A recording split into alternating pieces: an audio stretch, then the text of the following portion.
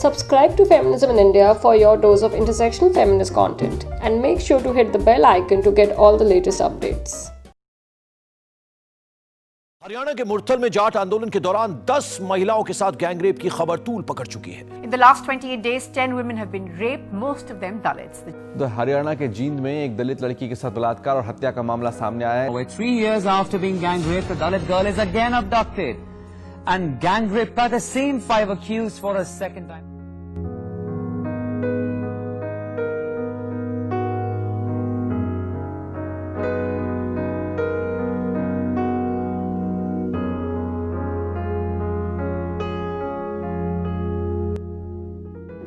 हरियाणा के संदर्भ में कास्ट बेस्ड जो सेक्सुअली वायलेंस है उसकी बात करते हैं तो एक इसमें खास वजह यह है क्यों दलित महिलाएं ही खास करके इस हिंसा का शिकार बन रही है। आखिर क्यों दलित महिलाओं पे ही ये हिस्टोरिकल वायलेंस होता आ रहा है, क्योंकि जब हम जेंडर की बात करते हैं तो देखते हैं कि हरियाणा में महिलाओं का जो सेक्स रेशो है और लड़कियों का वो बहुत कम है अकॉर्डिंग टू लड़कों के। इसकी वजह से इस हिंसा का खास करके जो शिकार है वो दलित बच्चियां और महिलाएं ही बना दी जाती हैं। और इस हिंसा की वजह से मतलब दलित महिलाओं के सामने कौन से बैरियर है जिनकी वजह से वो जस्टिस नहीं पा रही हैं, क्योंकि इसमें सबसे बड़ा जो रोल होता है वो खाप पंचायत का है, क्योंकि जो खाप पंचायत है उसकी वजह से ज़्यादातर केसों में समझौते करवा दिए जाते हैं। उसके बाद जो प्रशासन है उसका संवेदनशील रवैया ना होना, दूसरा तो है SC/ST एक्ट का इम्प्लीमेंट ना होना, और जो निर्भया फंड है वो भी पीड़ित लड़कियों को मतलब मुहैया नहीं कराया जाता। तो ये बैरियर हैं जिनकी वजह से जो कानून में प्रोविजन है वो नहीं ले पा रही हैं और वो जस्टिस तक नहीं पहुंच पा रही हैं। इन सब के बाद जो दलित महिलाओं को इस अत्याचार के बाद जो चुनौतियां सहन करनी पड़ती है वो सबसे बड़ी चुनौती क्या है, उनका शिक्षा में ड्रॉप आउट हो जाना और इस तरह की घटना होने के बाद रेप, मर्डर, गैंग रेप हो जाने के बाद उस गाँव के तो टीचर हैं, खुद टीचरों के द्वारा भी बच्चियों का रेप कर दिया जाता है, जिसके वजह से ड्रॉप आउट रेट बहुत ज्यादा बढ़ रहा है। नाबालिग बच्चियों की मैरिज कर दी जाती है, उनका जो एजुकेशन लेवल है, उनका जो डेवलपमेंट है वो खत्म होता जा रहा है। यही उनके सामने बहुत ज्यादा चुनौतियां जिनकी वजह से, और दूसरा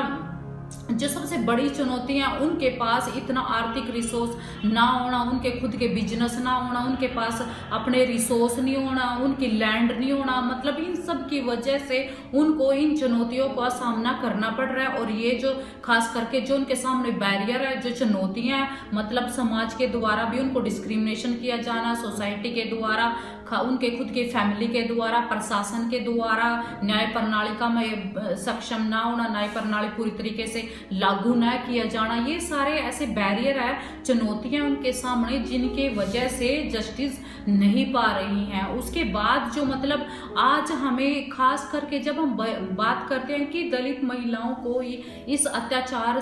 का सामना क्यों करना पड़ रहा है, क्योंकि जब इस तरह की घटना होती है, जब दलित महिलाओं के पास खुद के रिसोर्स ना होने की वजह से वो दूसरों के घरों में, खेतों में, कहीं बाहर काम करने के लिए जाते हैं, जिसकी वजह से वहां पे उनको शिकार करके रेप कर दिया जाता है। और उन महिलाओं को सिर्फ अपर कास्ट कम्युनिटी के पुरुषों के द्वारा ही नहीं बल्कि महिलाओं के द्वारा भी उत्पीड़ित किया जाता है, प्रताड़ित किया जाता है, उनके ऊपर अत्याचार किया जाता है, मारपीट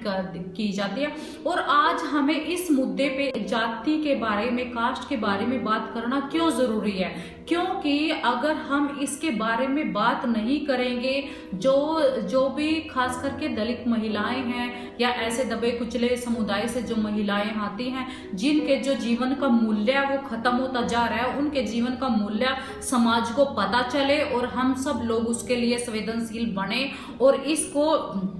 इन सारी चुनौतियों को मतलब ऐसी कौन सी हमारी मुख्य सिफारिशें जिससे इसको खत्म किया जा सकता है, वो मुख्य सिफारिशें ये है कि प्रशासन को इसके प्रति संवेदनशील होना चाहिए, हमारा जो रूल ऑफ लॉ है उसका इम्प्लीमेंट होना चाहिए, खाप पंचायत को पूरे तरीके से हरियाणा से और पूरे भारत देश से बैन किया जाना चाहिए, जो SC/ST एक्ट है उसका इम्प्लीमेंट होना चाहिए, जो पोक्सो एक्ट है उसको लागू करे, उसको पूर्ण तरीके से उसका फायदा दिया जाना चाहिए पीड़ित परिवारों को। और जो निर्भया फंड जो प्रशासन के द्वारा इतना सारा जो फंड पीड़ित लड़कियों को नाम पे मुहैया कराया जाता है तो उन तक पहुंचाया जाए और उसके जो बेनिफिट बेनिफिट है वो उन पीड़ित लड़कियों को मिले जो कि अपने जस्टिस को पाने के लिए हर दिन लड़ रही हैं और जो जस्टिस तक नहीं पहुंच पा रही हैं। जो माइंड सेटअप हमारी सोसाइटी का हो रहा है कि इन समुदाय की महिलाएं ये खुद इनके ये जो अत्याचार होते हैं उनकी जिम्मेवार खुद है, जो इनका माइंड सेट है इसको बदला जाए। ये ना सोच के एक पीड़ित को प्रशासन के द्वारा, कोर्ट के द्वारा, पंचायत के द्वारा, समुदाय के द्वारा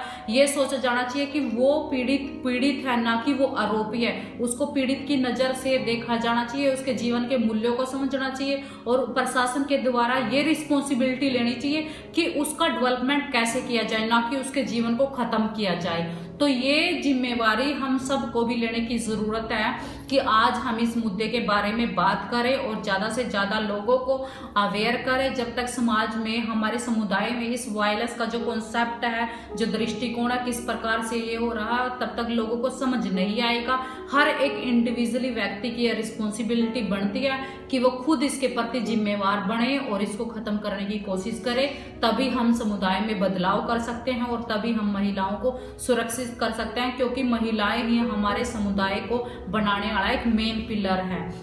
इसी के साथ मैं सबसे अपील करूंगी कि ज्यादा से ज्यादा लोग हमारे साथ जुड़े, हमारा ये स्ट्रगल है इसमें हमारा सपोर्ट करें और हम इस लड़ाई में अपने इस हिंसा को खत्म कर पाए और अपने समुदाय में महिलाओं के लिए एक पीसफुल, एक ऐसा जगह बना पाए जहाँ पे सबको आजादी। जय भीम, थैंक यू।